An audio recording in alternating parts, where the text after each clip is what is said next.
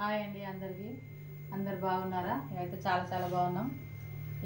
ఈరోజు వచ్చేసి అయితే ఒడ్లు తడిచినాయి. నిన్న తడిచినాయి అనుకుంటే ఈరోజు కూడా ఫుల్ వర్షం పడ్డది. ఇప్పుడు అసలు పట్టాలే లేచిపోతున్నాయి మా సైడ్ అయితే. ఇప్పుడైతే మేమైతే ఇక అన్నం తింటున్నాము. ఇంతసేపు కూర్చున్నాము, కరెంట్ లేదు వంట చేసుకోవాలంటే కూడా.